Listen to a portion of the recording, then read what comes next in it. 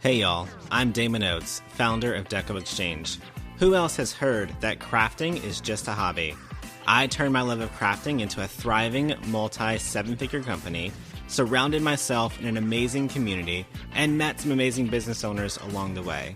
I'm here to show everyone that makers mean business. What is up, you guys? It is Parker with episode 6 of the Makers Mean Business podcast. Last episode, Damon interviewed Clara Nicole. Y'all, Clara has been a friend of ours for almost the whole journey of our business. But if you guys didn't get to hear some of her story and some of what she does now and some tips from her, make sure and go back and listen to episode 5. But today, I am here to talk about Facebook ads. Y'all, we don't usually recommend a heavy amount of Facebook ads when you're first starting your business. For those of you guys that are in Damon's coaching group, you'll know all about that. It has been 3 or 4 years deep into our business until we decided to start running Facebook ads. It wasn't a very high priority. And I say it took 3 or 4 years, y'all. We did definitely boost some posts and run some ads before then.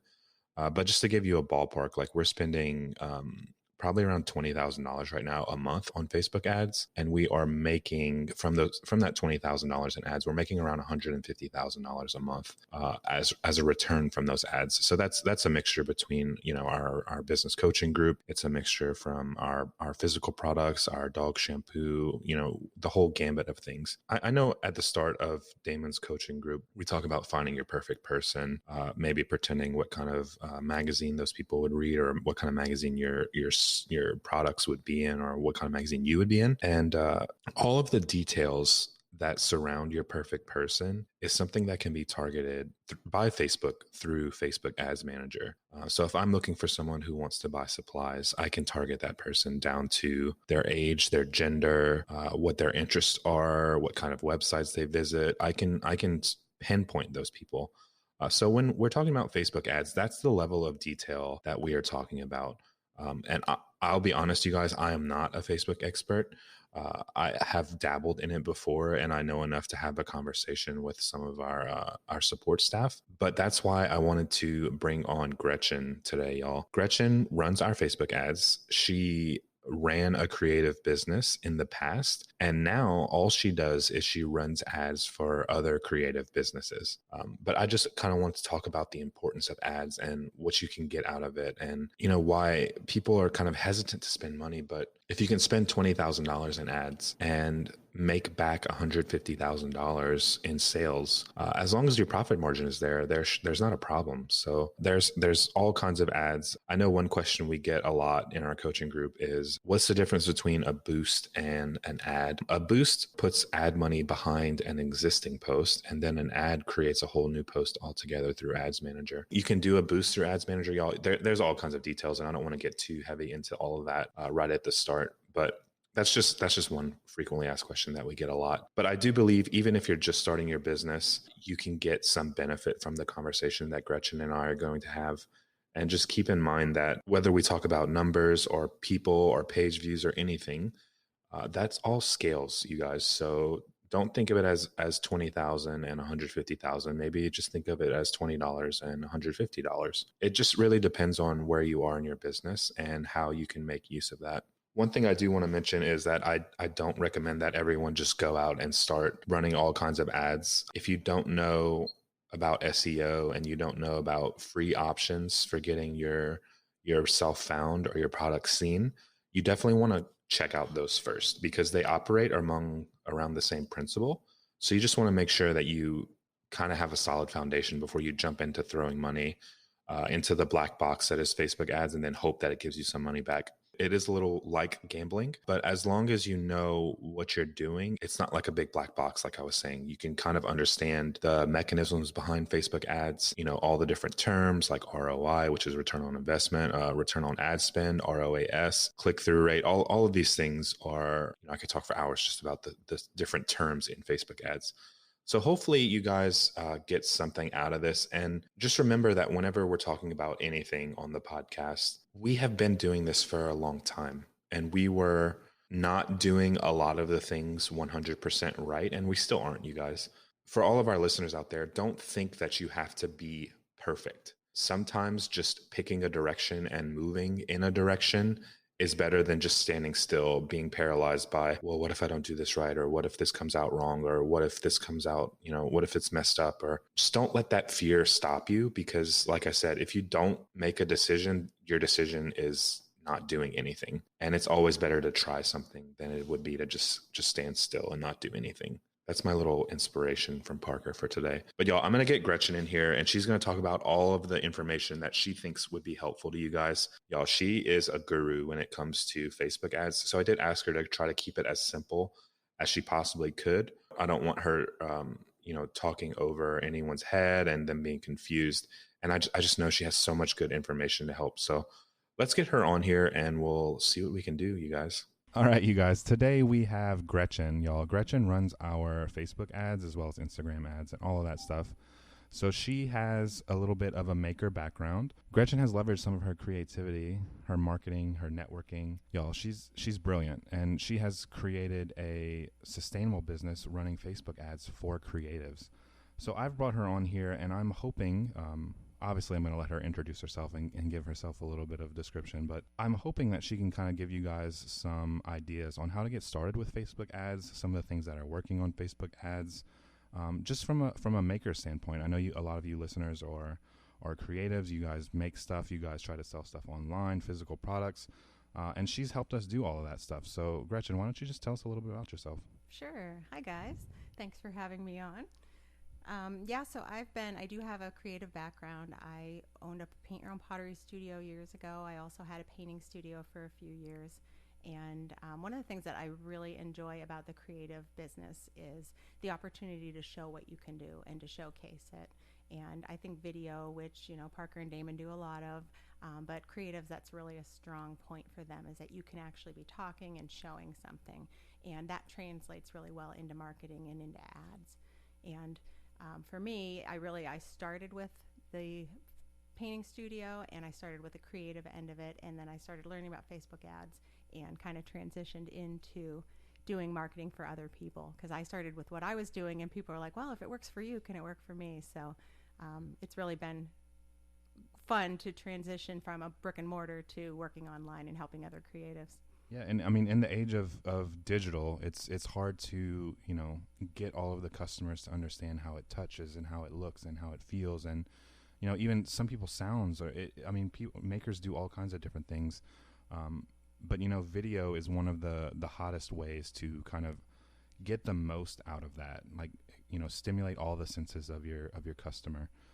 It's not always easy. You obviously can't touch anything online, but you can touch it on video, and it kind of shows, whether it be, rough or smooth or glittered or matte or whatever it is. Video does a lot in terms of, showcasing that product off to your customer. Absolutely. And it's free.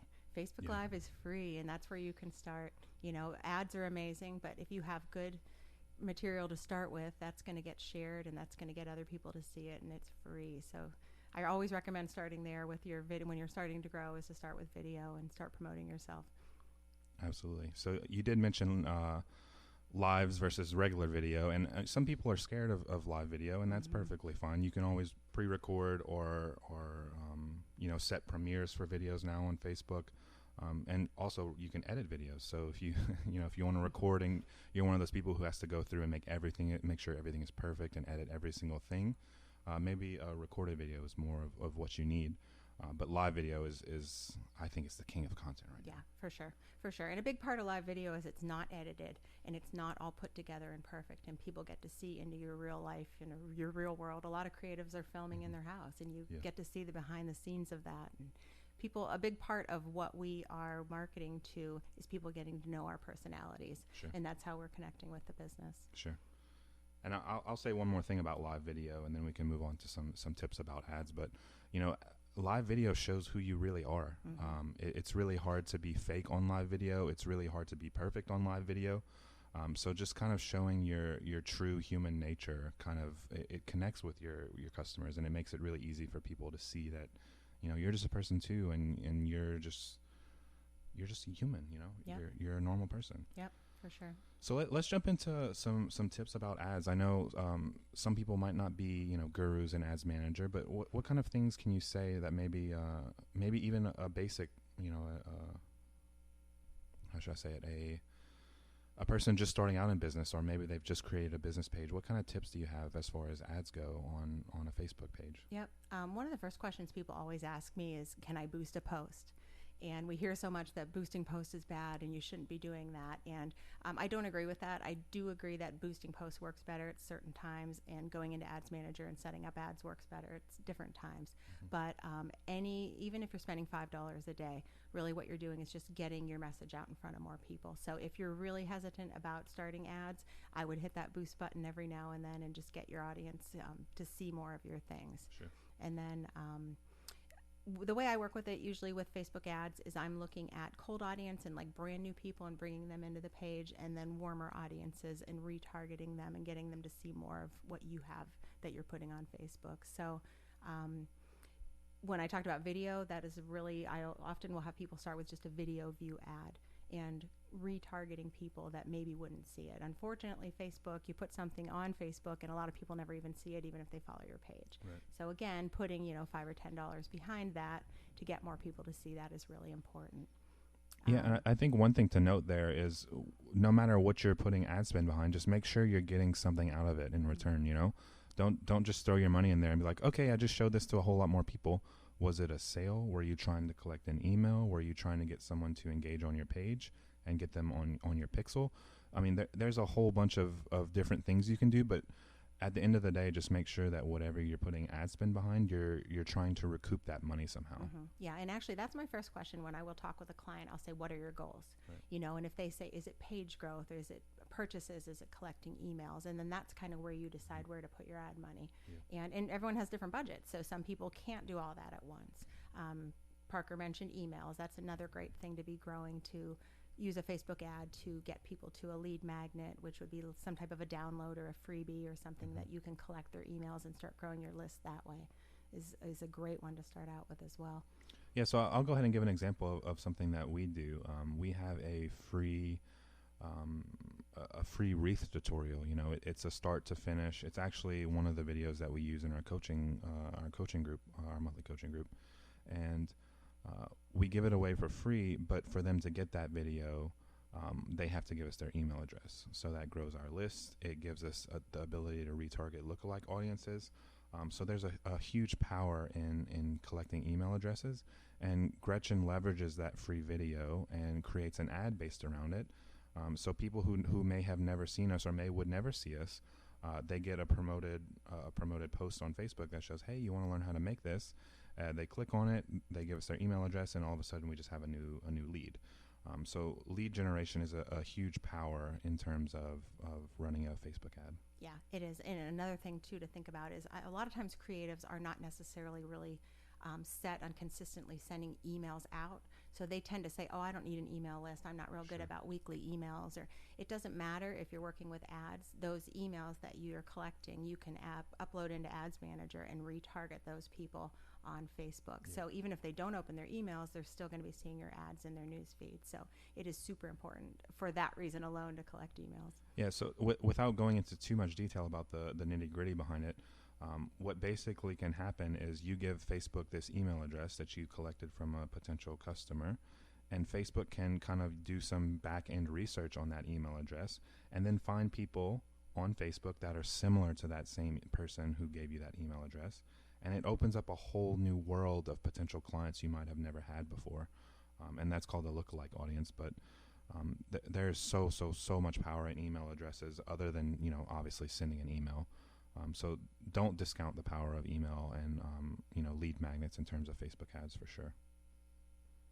So I know one question people might ask is, how much money do you spend? Mm-hmm. That's a big question. So what kind of suggestions do you have for that? My best suggestion, I always tell people, you don't know until you start. So pick a number that you're comfortable with losing. So if you're comfortable spending, and I shouldn't say losing, that's the wrong term to use, but you're not necessarily in the beginning when you're first testing your audiences, you're not going to be seeing return on ad spend right away. What you're doing is testing your audiences, but pick a number that you're comfortable with using to start doing the research to get the information that you want from the ads. Absolutely. And I know right when I started getting involved in ads, which I know enough to be dangerous, but I wouldn't say I'm an expert by any means. But, I was checking it every 10 minutes and I was hoping, did we make a sale yet? Did it happen yet? Right. And, I talked with Damon about it. He's like, look, just set it up and set it for a week Mm-hmm. and don't look at it for a week. And the reason behind that is it takes time. Facebook has to learn. The algorithm has to learn. Facebook is just one big machine that is constantly learning from the data that it collects. And if you're wanting to see results in 5 minutes, in a day, even in a couple days, you're probably not giving it enough time. So I think that's kind of the point you're trying to get at is, you have to kind of set it and forget it for a minute so you can actually see if that is working. Changes don't happen immediately when it comes to Facebook ads, so you kind of have to be patient as well as wait and see if the changes that you make are actually going to take and do some good. Yep, exactly. And really what makes the difference on that is the more money you put down, the faster you're going to start to see your results. So if you're doing $5 a day, I still say do that instead of not doing anything. Sure. But $5 a day is going to take a lot longer to see results than $100 a day or $1,000 a day. But I found with clients, I could say, are you comfortable spending $500 a month? And they're like, oh, that's way too much. Okay, well then that's your point. You want to come back a little bit from that. But I have other people, I'll say, are you comfortable spending $5,000 a month? And they're like, oh, that's too much. I'm like, I will come back a little bit from that. So you have to do what you're comfortable with, starting there. And then as you start to see results, Facebook's amazing because it will tell you how much it's costing you to get something. And once you realize, if you're looking for leads and you find you can get leads for $1, then you can say, how many leads do I want instead of how much should I spend? Because now you know what to spend. Yeah, and it just comes back down to a big numbers game, right? If you can generate 100 leads per month, if you know that you can convert 50% of those leads into a sale, and then all of a sudden you have an equation, it just becomes solving a math problem at that point. Exactly. And then you're like, how much more can I spend? How much money do you want to make? At the end of the day, that's what it turns into. Yeah. But it's hard, especially for creatives, because our brain doesn't always think that way. And, right away we're like, I can't spend $500. Sure. But if you have the opportunity to make 1,000, you could spend 500. Absolutely. Well, thank you so much, Gretchen. You're welcome. How about we go ahead and give you a shout out? Where can people find you? How can people work with you? Anything like that? My website is GretchenWheeler101.com, and that's pretty much it. You like stay off the radar of social really media. Do. Y'all, Gretchen works mostly on referrals. She works with friends of friends. So definitely check out our website. Thank you so much, Gretchen. Hopefully you guys got a little bit out of that, and it made Facebook ads not so scary for you guys. Thanks for having me. All right, you guys, I hope you enjoyed the discussion that Gretchen and I had. I hope you guys found, maybe a little nugget in there, or maybe some clarity around some confusion around Facebook ads. And hopefully it'll lessen your fear when it comes to Facebook ads. Knowledge is power, you guys. So the more you can learn, the more you can keep in your back pocket, the better prepared you're going to be for running your business. Y'all, I honestly, I was going to say this at the intro, but I saved it till now. I really hope you guys have been enjoying the podcast. To be 1000% honest with you guys, it is really, really uncomfortable for both Damon and I to just be talking. You can probably tell the difference in my voice, or the difference in the way I talk between now and when I'm interviewing people. And honestly, we're just doing it because we hope that maybe one of you guys gets inspired, or maybe one of you guys, maybe it solves a problem in your business, or maybe it gives you some confidence, or maybe even find a friend or a community that understands. I know a lot of our community now over on Facebook, we hear stories all the time about whether it be their family or their spouses or whoever it might be, they're just not supportive, and over on our page and the community that we try to foster there, everyone is in the same boat and everyone's supportive of each other. And most likely, more than not, someone has been through whatever struggles you're going through. And, you could still be successful in business and still have struggles. So that's why I bring it up. No matter where you are in your business, no matter where you are in your creative journey, there's power in finding a community that understands you and that supports you and that wants to help you. So I hope that this podcast brings some sort of camaraderie to that community, and hopefully it reaches some people that maybe aren't in our community now, but want to reach out to us and want to be a part of that. If that sounds like you, or if that rang true to you, just check us out on Facebook, you guys. We do lives there every week, sometimes more than once a week. You can find us on Deco Exchange. You can just search Facebook for that. If you guys did enjoy the episodes or enjoying the episodes, make sure you head over to makersmeanbusiness.com and please subscribe to the podcast. It really, really does help us out. You'll just be noted of every new episode that comes out. We have decided to do 2 episodes a week. So I think we're currently doing Mondays and Thursdays are our launch days. I am hoping to get to sit down with Damon one day and actually have a little bit of back and forth with him. But our schedules are just a little crazy, you guys. Y'all, that's my soapbox, and I'm going to get off of it for today. But hopefully you guys enjoyed it. Hopefully you guys got some information from Gretchen. Stay tuned to the Makers Mean Business podcast for our next episode. Damon is going to be interviewing our friend Lauren from Beautiful Mesh. Lauren does a whole lot with Etsy, and she's a great resource when it comes to making sales on Etsy. So make sure y'all check that episode out when it drops next time. All right, you guys, y'all have a good day, and I'll see you guys soon.